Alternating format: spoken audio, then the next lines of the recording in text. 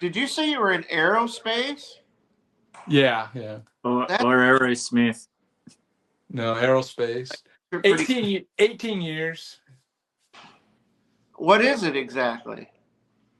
Well, we made the fasteners that hold the planes together, hold the engines together. And it was Oh, a Monogram Aerospace. It was called, and what it was a fastener company, and we would supply, all the airplane builders. awesome. Cool. Yeah, it was a good job. Yeah, it wasn't as good as making beer, but it was a good job. So were you more like your qualifications like an engineer? No, no. I No. I was a graphic design major in college. I was a art. I was a arty fart. I was a arty farty lad, but kind of like edgy. I wasn't Yeah, sophisticated. you didn't wear a beret. No, I used to wear hats like that guy right there in the green shirt. There's no one behind you, man. Nah, beret. Anybody with a beret, I'd kick their ass. To be quite honest. Beret? Who the hell wears a beret? That's what I said. Even Mazzy doesn't wear a beret. It's where he draws the line. Come on, Marty. So how much more of this nonsense are we gonna do? Because I gotta go eat, man. I'm It's hungry. up to you. If you want to go eat, we've probably got about 3 or 4 I could cut up. Yeah. Well, I'm ready to jump back in bed because Oh, he's gonna go talk to Bill Young again. since I spent so much time there. Hey, Ben, have you ever heard the story of Cosmic Brian and his relationship to the David Bowie album Low? No. Should I tell it or are you going to tell it? Yeah, you tell it. It's pretty interesting. Well, I've heard a lot of people say, "Oh, it's my favorite Bowie album." I always tell them, "Man, get out of here. It's like a bunch of unfinished bullshit." I mean, it's got its moments, but then when I heard your story I go, I buy his story. This is, well, I think I was in junior high, and I had a bad tooth, and I had gone to the dentist, and I think it was maybe even wisdom tooth or something that got infected. So I went to the dentist, got the thing pulled, and he put me on an antibiotic, and then he put me on this pain med I think it was called Darvon or something like that. And I'd never taken anything like pain meds before that. And I remember taking like one, and then I laid down, and I had one of those stereos that's got everything in it, like it's got a cassette, an 8-track, a turntable. But I popped in that Bowie Low album into the 8-track, and on 8-track it'll just keep playing. It'll just keep flicking back and forth between channels and playing. And I drifted off into this like fever dream, and I had this vision or some weird thing, and it was Bowie, and he was like leading me. He had like, on the cover he's got that kind of a hood thing, almost like a monk's habit thing. Yeah. And he had it on, and he was like leading me through the universe, and he was showing me all these like different entities and aliens and stuff. And I mean, it just seemed so vivid, like real. And I woke up and I had bloody drool coming out of my mouth.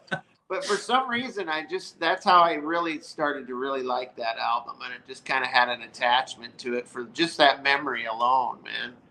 But yeah, it was wild. And I must have slept for 2 hours. So that thing was like, that 8-track just kept playing and playing and playing. So I got to see a lot of stuff out there in the cosmos.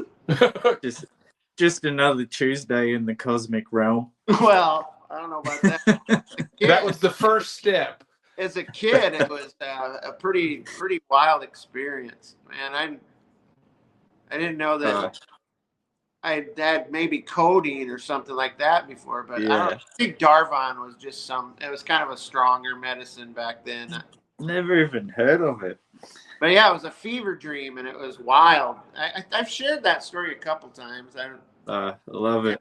It's like Bowie walking you through the universe. Yeah. And Low is the soundtrack of it all. Yes. Yeah. So, yeah. We were talking about how those records with like liquid in them and different weird, like gimmicky kind of stuff. I picked up the Bowie album Black Star, his last album. Yeah. And apparently there's tons of like gimmicky kind of stuff. Like if you shine like a certain light, like some kind of pin light while it's playing, you'll see this like little graphic that kind of as you're playing it. And then on the cover, if you hold it a certain way to the light, you'll see these like different. It just looks like stars, but when you show it to the light, there's all kinds of like cool stuff in there. It's kind of got a lot of weird visuals to it. I've never been able to make them all work.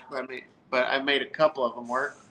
But that's a really cool album. That's a trippier album than anything I've heard from him. It's so weird. But I love it. Epic album. Come on. I love it. It's great. No comment. What's your go-to Bowie record? Mine? Yeah. I think I like Aladdin Sane. Side one of Aladdin Sane I think's great. I like the 70s stuff. Yeah. Station to Station I think is a great album. That's probably my favorite Bowie record. Diamond Dogs is a good one too. Yeah. You know what? Diamond Dogs was the first one that I ever bought. I mean, I heard some of the songs on the radio, but I bought Diamond Dogs when it came out. And I returned it because it wasn't Mick Ronson on guitars. It was David Bowie playing guitars, and it's kind of it was like, this is horrible, you know. I just didn't grasp it at all. Yeah. So back in them days, you could return records and get another one if you knew what you were doing, you know. You would just hide the ones. They'd tell you, okay, yeah, go get another one. Then you would hide that one, and then you'd get something else the same price. Because they didn't have computers back then, you know. Oh, my dog is running. Lionel Richie's Life of Crime. Nice. It was like when we used to go to, like, when I was really young, first going to gigs and had no money at all. And one of us we'd put in to pay to go to the show, and you'd get a stamp. And you'd really, really quickly, whoever had the stamp while it was fresh, you'd run back out, and everybody'd be like, and you'd hope you wouldn't be the last one when it was like really faded. Got to get it while it's fresh. Yeah. And it just seems funny now because it's just like, these bands were just like local bands. It was like $10 shows and shit like that. And we couldn't even afford that then. Yeah. I found out how to sneak into the Whiskey a Go-Go. And the other place where you could sneak into was the Palladium. But that one, it was just because they had so many doors. You would, okay, be waiting at this door. And, the one guy would go in, then he would open the door and like 20 kids would come running through, Wow. They couldn't stop everybody. How do you sneak into the Whiskey? Did they have? They had like stairs in the back. And there was a door, and you open it, and you're like backstage where all the groups are, and you just walk right in, and then you just walk out into the second level where there's a bar and there's some. And I did it one time, and then after that I go, fuck yeah, dude. In fact, I told this story before. We went to go see Black Flag at Santa Monica, and the show was over by like 10:30. It's like, fuck, and I was fucked up. I'm like, man, let's go to Hollywood. So we went to the Hollywood, and we went to the Whiskey. And I guess I was a little too rambunctious. We went to go see Missing Persons.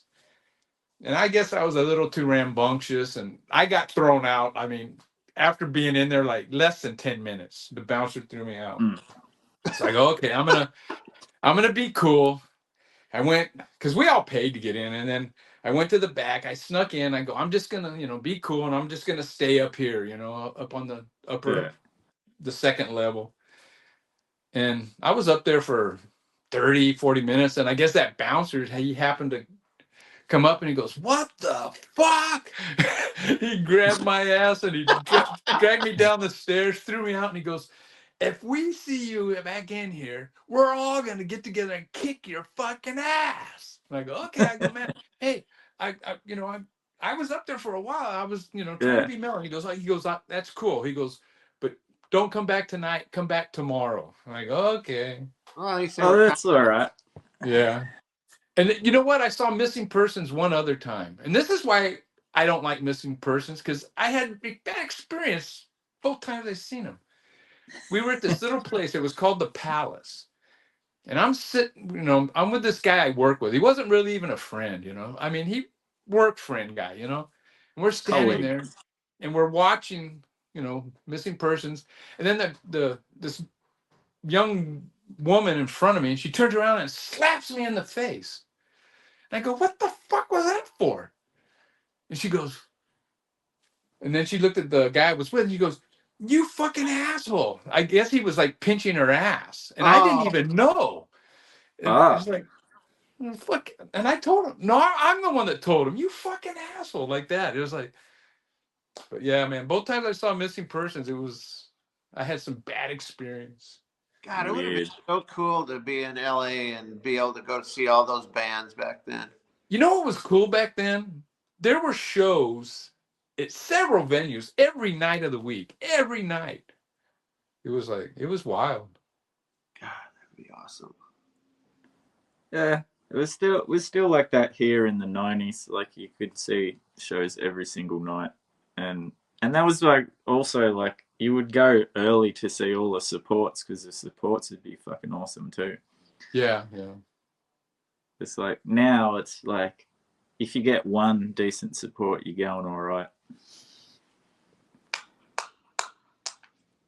Is that the slow clap to wrap things up? Oh, yeah. Yeah, man, I gotta go take a piss. There's a good way to end it, I suppose. Yeah. Take care. Right. We'll get a few out of this, I'm sure. Cool. Yeah. See ya.